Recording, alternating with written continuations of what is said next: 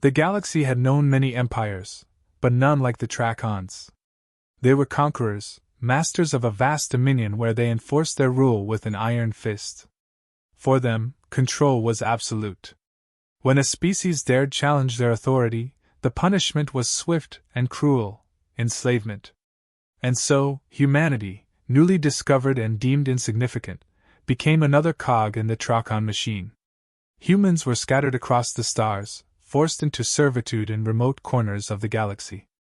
Among them was Mark, an ordinary man thrust into extraordinary circumstances. He wasn't a soldier or a hero. He was just a man who had been in the wrong place at the wrong time, caught in the crossfire of a minor rebellion against Trachon overlords. His crime? Offering water to a wounded fellow human, an act of mercy that the Trachons viewed as defiance. For this, the punishment was humiliating. As part of a bizarre tradition, he was not sentenced to labor or prison but instead given an alien slave. Her name was Sia, a member of the Trachon race itself, a silent but defiant figure who carried the weight of her punishment like a cloak of shame. She was delivered to Mark like an object, as if to remind him of his own helplessness in this vast, indifferent empire. Mark stood in stunned silence as Sia was brought to him. Tall, with sharp, fierce eyes that never once met his, she was draped in simple garments that barely masked her noble bearing. There was something in her posture, defiant, unyielding, even in captivity. She was quiet but not broken. Mark couldn't understand the cruelty of this so-called punishment. To give him a slave, a being reduced to a possession, it was an idea that repelled him. Sia was an enigma. She did not cower, nor did she speak. There was no pleading for mercy, no attempt to curry favor with her new master. If anything, she seemed more a prisoner of her own pride than of the chains that bound her. Mark felt the weight of it all, this twisted system, this empire that sought to crush the will of both its enemies and its own people. And now here she stood, a product of that cruelty. The moment he was alone with her, the conflict in Mark's heart deepened. He looked at Sia, standing there in silence, her eyes distant, and realized that he couldn't treat her as they expected him to. He wouldn't. The thought of it gnawed at him. He was raised to believe in decency, in treating others with respect, no matter where they came from or what they looked like. Sia might be an alien, but that didn't make her any less deserving of dignity. He made a decision then, one that would shape the days to come. He refused to treat her as a slave. He approached her cautiously, his voice soft but firm. "You don't have to fear me," he said, though he wasn't sure if she understood. "I won't treat you the way they expect me to." Sia's gaze finally shifted, her eyes locking onto his, searching for something, truth, perhaps. But she didn't respond, not with words. Her silence was guarded, her distrust palpable. She had been betrayed before, by those closest to her. Why should this human, a member of a race so weak in the eyes of the galaxy, be any different? Days passed, and true to his word, Mark treated her not as property but as an equal, or at least as close to equal as their situation allowed. He offered her food, gave her a place to sleep, and did not impose any demands. In return, Sia remained distant, her silence a barrier he could not yet cross. But there were moments, small, fleeting moments, where she would watch him from the corner of her eye, studying him as if he were a puzzle she had yet to solve. Mark knew that breaking through to her wouldn't be easy. Sia's silence was more than just defiance, it was a shield. Yet he continued to speak to her, to treat her with respect. He told her about Earth, about the concept of freedom, something she had likely never known in the rigid, oppressive hierarchy of the Trachon Empire. He spoke of family, of friendship, of kindness. And though Sia never responded, she listened. One evening, as they sat in the dim light of their confined quarters, Mark shared a story from his past, nothing grand, just a simple tale about his mother teaching him to always stand up for what's right. "She told me that strength isn't about power," he said, his voice low and steady. "It's about how you treat others. Power fades, but respect, that lasts." Sia's eyes flickered, a hint of emotion breaking through the mask she wore. She still said nothing, but in that moment, something shifted. The next morning, When Mark offered her a seat at the table for breakfast, she didn't refuse. It was a small victory, but it meant something. Gradually, Sia's guarded demeanor began to soften. She still didn't speak much, but there were subtle changes. When Mark asked her questions, she would nod or shake her head. When he spoke of freedom, of respect, she would meet his gaze, no longer distant but curious. She was learning not just about humans, but about the kind of man Mark was. And Mark, for his part, was learning too. He saw in Sia more than just the scars of her enslavement. There was strength in her, a quiet resilience that intrigued him. She was no ordinary slave, and in her silence, there was a story waiting to be told. He didn't know her past, not yet, but he knew enough to understand that she had been through more than he could imagine. One evening, as they sat across from each other, Mark looked at Sia and said, "You're not a slave to me. You're free. Maybe not by the laws of this empire, but as far as I'm concerned, you're your own person." For the first time, Sia's lips parted, and though her voice was barely a whisper, it carried the weight of someone who had held her words in for far too long. "Freedom," she repeated, as if the word itself were a foreign concept. And in that moment, Mark knew that their journey together was only beginning. As the days passed, the space they shared felt less like a prison and more like a place of quiet understanding. Mark found himself talking to Sia more often, not just about day-to-day tasks, but about things that mattered. He spoke about Earth, about the world that felt like a distant memory in this cold, alien place. He told her of rivers and forests, of sunsets and cities where people were free to live, laugh, and make choices that belonged to them alone. Sia, at first, listened with skepticism. The idea of freedom was strange to her. Track-ons, even those of noble birth, were bound by duty, honor, and the expectations of their empire. The concept that every person, regardless of status, could carve their own path, seemed almost too good to be true. But as Mark continued to share his stories, something in his voice, something genuine and unpolished, began to reach her. He didn't speak like a man trying to manipulate her. He spoke like someone who believed every word he said. There were moments when Sia wanted to dismiss it all as human naivety, but she couldn't. Mark didn't see her as property, and that simple truth was slowly chipping away at the walls she had built. He wasn't trying to own her or control her. In fact, he seemed to value her thoughts, her reactions, and even her silence. She was not used to that, being seen as more than a tool, a symbol, or an asset. He saw her simply as herself. But beneath the surface, Sia wrestled with something deeper. Her captivity had stripped away much of who she once was, but she could still feel traces of her former self. The part of her that had once dared to defy the Empire, the part of her that had held on to a belief in something greater, was still there, though buried beneath layers of bitterness and pain. It was in the quiet moments when Mark wasn't speaking, when the two of them sat in silence, that these old thoughts began to surface again. She couldn't tell him who she truly was. Not yet. The weight of her past, her lineage, her title, was too heavy a burden to share. If he knew, would he see her differently? Would she be nothing more than a pawn in the eyes of humanity, another political tool in their fight against the Empire? The thought haunted her, but as much as she feared revealing the truth, she feared something else even more, losing this fragile trust they were building. One night, as they sat under the dim lights of the outpost, Mark asked her a question that pierced through her defenses. "Do you ever think about who you were before all this?"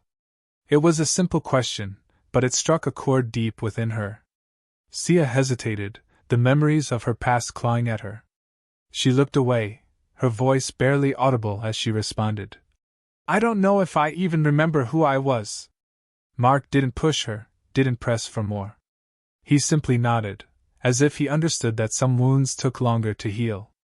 "I think, whoever you were, you're still that person. Maybe buried under all this, but still there." Sia's chest tightened at his words. Could it be true? Could she still be the person she once was, even after everything that had happened? She had once stood against her own people's cruelty, believing in a future where the Trakan Empire could be something more than a symbol of oppression. But that future had never come, and her rebellion had led to her downfall. Now, sitting here with a human, a race her empire viewed as inferior, she couldn't help but wonder if there was still hope left inside her. Their conversations grew more open, more honest. Sia began to speak about her thoughts, her fears, and the scars left by the Empire's punishment. Mark listened with the kind of patience she had never known from anyone. She spoke not as a princess, not as a slave, but as Sia, the person who had been lost somewhere in the midst of it all. And slowly, something shifted. Their bond deepened in ways either of them had expected. It wasn't just about survival anymore. They were two people, each carrying their own burdens, finding solace in each other's company. Mark didn't see her as a slave, and Sia began to realize she didn't have to view herself that way either. It was in the small gestures, the quiet moments, that the seeds of something more began to take root. There was a moment, late one evening, when the silence between them was filled with unspoken understanding. Sia looked at Mark, really looked at him, and saw not just the man who had shown her kindness, but someone she could trust. Someone she could maybe even love, though she wasn't ready to admit it to herself yet. And then, with a cautious breath, she shared something small but significant. Before all this, I was someone important. I wasn't always just a slave. Mark didn't react with shock or surprise. He simply nodded, as if he had known all along that there was more to her story. I figured, he said softly, but it doesn't change anything. Whoever you were, whoever you are now, that's up to you. It was a simple statement, but it held a weight that Sia had not felt in a long time. Trust.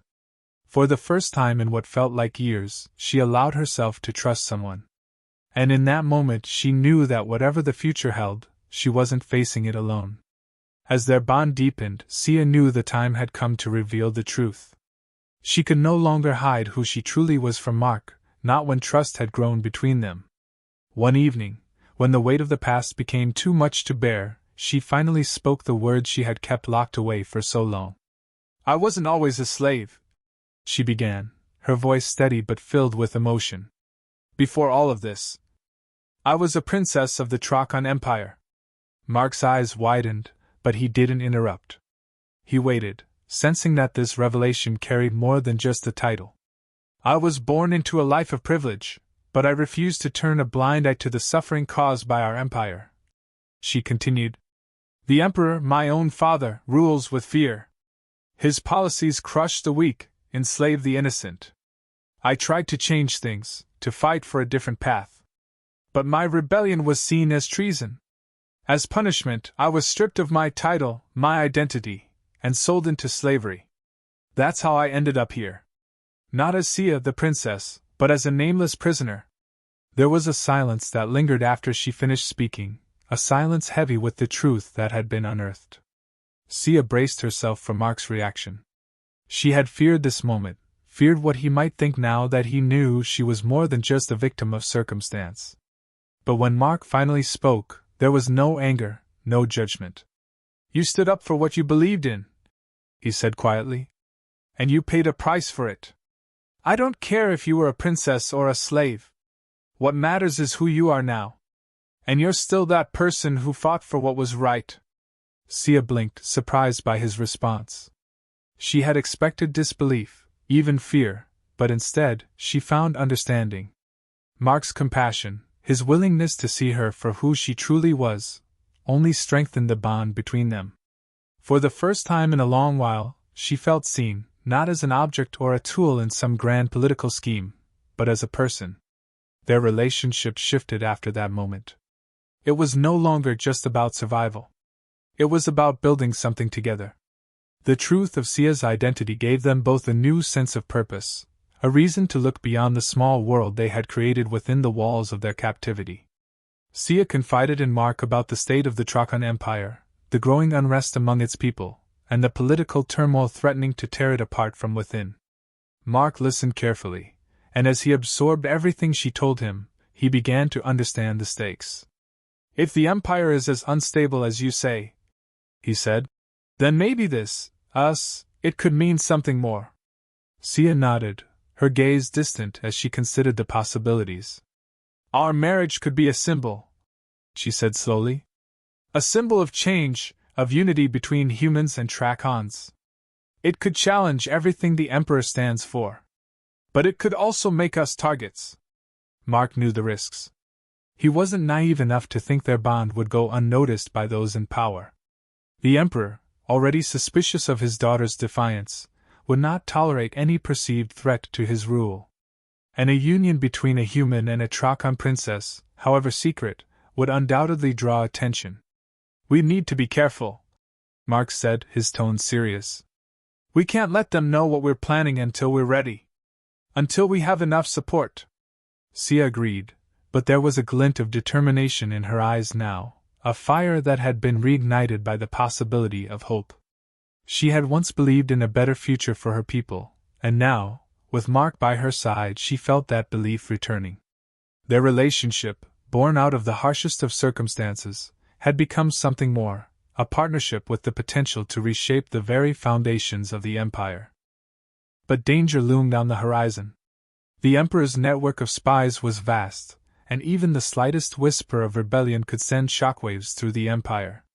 Sia knew her father well enough to understand that any challenge to his authority would be met with swift and brutal force. Mark, too, understood the gravity of the situation.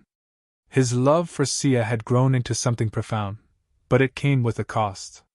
He wasn't just a man who had defied an empire anymore. He was now part of a larger struggle, one that would pit them against forces far greater than they had ever imagined. As they sat together, planning their next steps, the weight of what lay ahead pressed heavily on both of them. They knew that the path they had chosen would not be easy. But they also knew they couldn't turn back. The truth of Sia's identity had changed everything, and now, their fates were bound together, not just as lovers, but as the potential catalysts for a revolution. The days ahead would be filled with uncertainty, with danger at every turn. The Emperor would not sit idly by while his daughter, once thought broken and defeated, rose up with a human by her side. Political forces were already beginning to move, and soon, the full weight of the Empire's wrath would come crashing down on them. Whispers of Sia's survival spread like wildfire throughout the Trakon Empire. What had once been a tightly held secret between her and Mark was now beginning to unravel, and with it, the delicate balance of power. Word of her marriage to a human was more than just a rumor. It was a spark that threatened to ignite a firestorm of rebellion. Some in the Empire saw it as a disgrace, an insult to the purity of Trakon bloodlines. Others, especially the enslaved and oppressed, saw it as a beacon of hope. The princess who had once been cast aside for defying the Emperor's tyranny was not only alive but had allied herself with humanity, another species the Empire sought to control. The Emperor, sensing the growing unrest, responded with brutality. His grip tightened, as he issued harsher decrees, increased surveillance, and crushed any signs of dissent with an iron fist. But the more he tried to silence the murmurs of rebellion, the louder they grew. Trakon society, once rigid and obedient, was now fracturing. Factions began to form, those loyal to the Emperor's oppressive regime, and those who, inspired by the rumors of Sia's defiance, longed for change. Even other enslaved species, forced into submission under Trakon rule, began to stir, sensing that this was their moment to rise. As the Empire grew more divided, Sia's name became a rallying cry for those who had suffered for too long. Her story of a princess stripped of her title, exiled, and punished for daring to stand against injustice, resonated with the oppressed. And now, her marriage to Mark, a human, was seen as a bold declaration, proof that unity between different races could topple even the most formidable of regimes. Sia became a symbol, not just for the Trakon people, but for every species suffering under the Emperor's rule. With Mark at her side, Sia began to take on the mantle of leadership, no longer content to remain hidden in the shadows. She knew that if they were to stand any chance against the Emperor, they needed more than just whispers and rumors. They needed action. And so, she began to speak, to rally those who were ready to fight. Her speeches weren't grandiose, but they were heartfelt, filled with a raw emotion that resonated deeply with the broken and the downtrodden. In one such gathering, her voice rang out with conviction. For too long, We've lived in fear, under the weight of chains that bind us, not just physically but in our hearts and minds. But I am proof that no matter how hard they try to break us, we can rise again. I stand here, not as a princess, but as one of you, a person who has suffered, who has lost everything, but who refuses to be defeated. Together, we can topple the Emperor's tyranny. Together, we can build a future where no one lives in fear, where every species has the right to be free. Her words struck a chord, and as she spoke, more and more Trachons, as well as members of other enslaved species, joined the rebellion. Mark, witnessing her ability to inspire, stood in awe. Sia was no longer just the woman he had grown to love, she was a leader, a force of nature, guiding her people toward a new future. And through it all, their bond grew stronger. As they plotted their next moves, their love was no longer just about two individuals. It had become intertwined with the cause itself, a symbol of hope and unity that transcended their personal story. Mark, too, found himself at the center of the rebellion. Though a human in an alien world, he quickly gained the trust of Sia's growing army. His background as a strategist, his experiences back on Earth, and his ability to think outside the rigid frameworks of Trachon warfare made him invaluable. Where others saw obstacles, Mark saw opportunities. He helped organize the rebels, training them in tactics that the Emperor's forces wouldn't expect. He was calm under pressure, able to navigate the complexities of battle with a clear mind, always thinking 3 steps ahead. But more than his military prowess, it was his partnership with Sia that solidified his place among the rebels. Together, they were a united front, 2 leaders from different worlds, fighting for the same cause. And in battle, they complemented each other perfectly. Sia, with her fiery passion and ability to inspire, and Mark, with his strategic mind and steady hand, became the heart of the rebellion. As the civil war intensified, they led their forces through a series of carefully orchestrated strikes against the Emperor's strongholds. Each victory, no matter how small, sent shockwaves through the Empire, weakening the Emperor's grip and emboldening more to join their cause. But with each victory came greater risks. The Emperor's forces were growing desperate, and as his regime began to crumble, his retaliation became more ruthless. Mark knew the dangers, but he also knew that they couldn't turn back now. Too much was at stake. His love for Sia had become intertwined with his duty to the rebellion. And as they fought side by side, their bond only deepened. What had begun as an unlikely partnership between a human and a princess had transformed into something far greater, a love forged in the fires of war, strengthened by the shared dream of a better future. But they both understood that the real battle was yet to come. The Emperor would not go down without a fight, and the full weight of his fury was still looming on the horizon. As Mark and Sia prepared for what would undoubtedly be their most dangerous mission yet, they knew that their love, their rebellion, and their very lives hung in the balance. Yet despite the dangers ahead, there was one thing they were certain of: they would face it together. The civil war had begun, and with it, the fight for the soul of the Trachon Empire. The day had come. The rebel forces, led by Sia and Mark, stood at the brink of the final battle. The Emperor had gathered his entire army, a vast and seemingly insurmountable force, to crush the rebellion once and for all. But the rebels were not afraid. Sia, no longer the exiled princess or the enslaved woman, stood as a beacon of defiance. She had rallied species from across the galaxy, Trachons, humans, and countless others who had suffered under the Emperor's rule. Together, they were ready to challenge the tyrant who had once thought himself invincible. The battle began with a thunderous clash, the 2 armies meeting in a storm of fire and steel. Mark's strategies had prepared them well. He knew the Emperor's forces would rely on brute strength and intimidation, but Mark had taught the rebels to fight with precision, using tactics that took full advantage of their diversity and adaptability. From the front lines, he coordinated attacks, directing his forces with a calm yet commanding presence. His ingenuity was a testament to humanity's strength, able to adapt to even the most unfamiliar of circumstances, always finding a way to persevere. But the heart of the battle lay ahead, in the confrontation that everyone had known was inevitable. Sia, flanked by her most loyal fighters, pushed through the enemy lines, her eyes set on the Emperor. She had once feared this moment, but not anymore. She was no longer the frightened girl who had been cast aside. Now, she was the embodiment of everything the Empire had tried to destroy: hope, freedom, and the will to stand against oppression. When Sia finally reached the Emperor, the two faced each other in the heart of the battlefield. The Emperor, draped in his regal armor, looked down at her with the same cold indifference he had shown all those years ago. But this time, she didn't cower. This time, she stood tall, unflinching.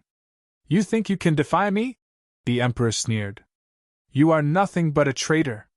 A failed experiment." Sia's voice, steady and strong, cut through the chaos of the battle around them. "I am no longer your pawn.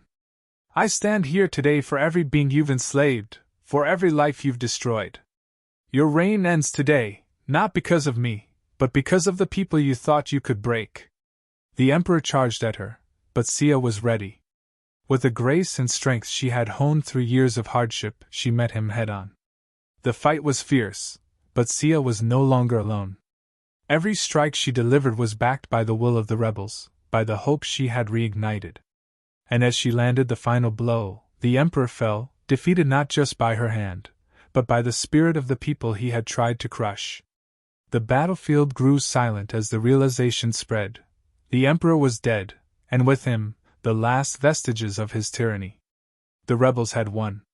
Mark, watching from the command post, felt the weight of victory settle over him. It wasn't just a military triumph, it was the birth of a new order, one built on cooperation, freedom, and respect. With the Emperor gone, the galaxy breathed a collective sigh of relief. The Trakan Empire, once the source of fear and oppression, began to transform. Sia, now crowned as the new ruler, stood before her people with Mark by her side. Together, they represented more than just two leaders. They were a symbol of unity between the Trakan and humanity, a bond forged in battle but strengthened by love and mutual respect. Under their rule, the Empire was no longer a place of suffering. Sia, with her innate understanding of leadership and Mark's strategic mind, set about rebuilding the galaxy. They tore down the old systems of oppression and replaced them with institutions that fostered cooperation and equality between species. What had once seemed impossible, a galaxy where beings of different origins lived in peace, was now becoming a reality. The changes were not immediate, and there were challenges along the way. But every victory, no matter how small, reinforced the belief that the galaxy was on a better path. Sia's reign was marked not by power or fear, but by a deep sense of responsibility to the people she served. And with Mark at her side, the strength of their partnership ensured that humanity and the Trakan people would walk this new road together. In the years that followed, their story would become legend. Sia, the princess who rose from slavery to lead her people into a new age, and Mark, the human who had refused to let the brutality of the galaxy harden his heart. Their love, their bond, had changed the course of history, not through violence alone, but through the simple, profound belief in freedom and the inherent dignity of all beings. As they stood on the balcony of the palace, overlooking a galaxy that was slowly healing, Mark took Sia's hand. Together, they had overcome the greatest of odds. Together, they had rewritten the future.